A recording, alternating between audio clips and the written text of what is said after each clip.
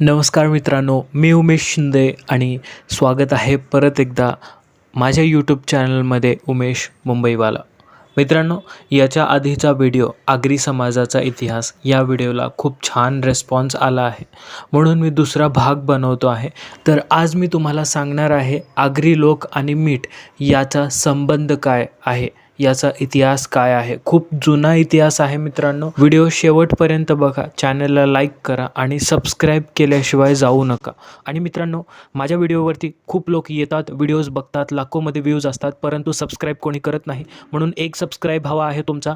आणि चला मग सुरुवात करूया.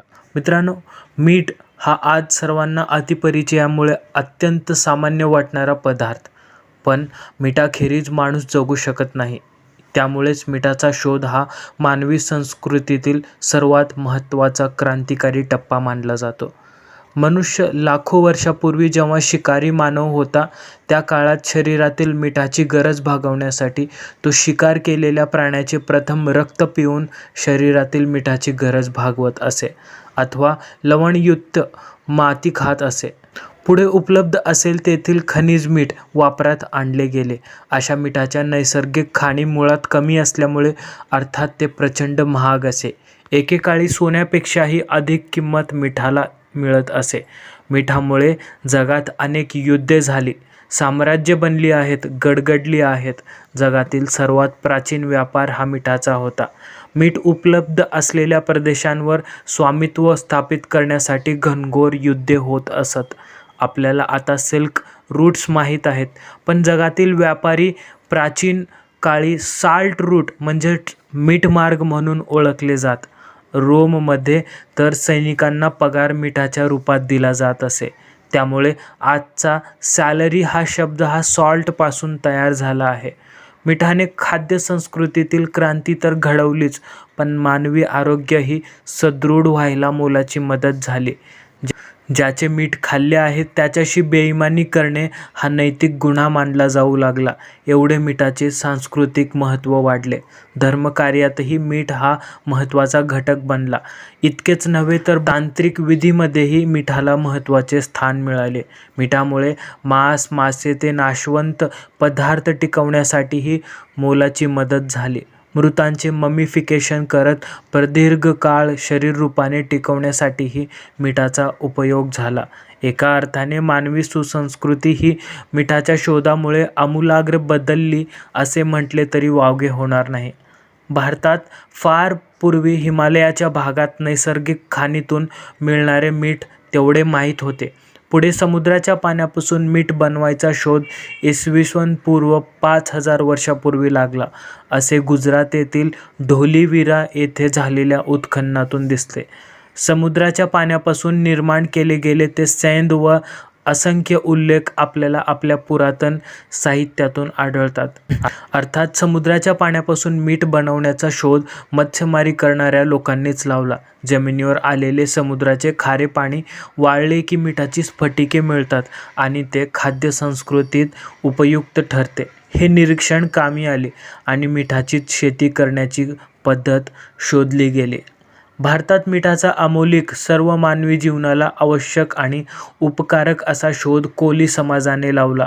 सर्वप्रथम हा शोध लागला तो कच्छ प्रांतात. मग हळूहळू जेथे तेथे अनुकूल किनारे व वातावरण होते तेथे हा मीठ शेतीचा उद्योग विस्तारत गेला. कोळी समाजातील जी कुटुंबे मीठ शेतीकडे वळाली त्यातूनच आगरी समाजाचा उदय झाला.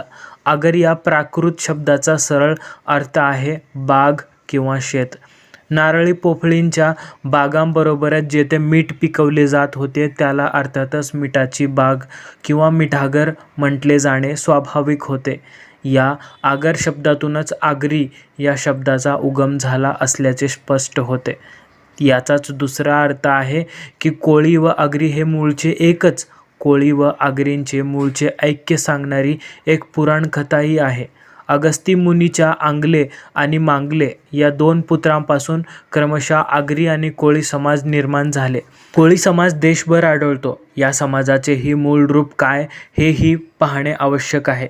या समाजाचे मूळ हे कोलीय या भारतातील अतिप्राचीन अशा मानवगणाकडे जाते. भारतात प्राचीन काळापासून अनेक मानवगण वावरत होते. त्यापैकी हा एक पुरातन मानवी घटक देशभर विखुरला होता. भारतात कोलीय म्हणजेच कोलियक नावाची अनेक गावे नेपाळ, राजस्थान, झारखंड, ओरिसा ते केरळ, तमिळनाडूपर्यंत आढळतात व ती त्यांच्या देशव्यापी अस्तित्वाची कल्पना देतात. कोलीय हे फक्त मत्स्यमार नसून ते विणकर, ते कृषीकार्यही करणारे होते. त्यातील समुद्रकिनारी वसलेल्यांनी सागरी माशाचे उद्योगही होऊ शकतो याचा अंदाज घेत पहिलं नौका बांधल्या व सागरी मासेमारी सुरू केली. जाळ्यांचा शोध त्यांना उपयुक्त ठरला कारण ते कुशल विणकरही होते. हे शोध त्यांच्या अन्नाच्या भरणपोषणाच्या निकडीमुळेच लागले.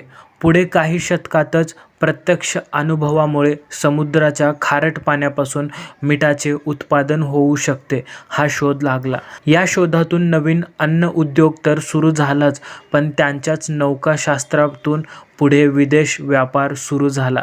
अर्थात प्राथमिक निर्यात होणारे उत्पादन होते ते म्हणजे मीठ व खारवले गेलेले मांसान्न. पुढे त्यातून बलाढ्य अशी भारतीय आरमारी सुद्धा उभी राहिली. मुळात हा समाज दर्यावर्दी असल्याने नौकानयनाच्या शोधाचे श्रेयही या समाजाला द्यावे लागते. नौकानयनामुळे नुसते मीठच नव्हे तर अन्यही उत्पादने निर्यात होऊ शकत होती. भारतात 10व्या शतकापर्यंत जी समृद्धी दिसते त्याचे मूल कारण या नौकानयनात साधल्या गेलेल्या प्रगतीत आहे, हेही लक्षात घेतले पाहिजे.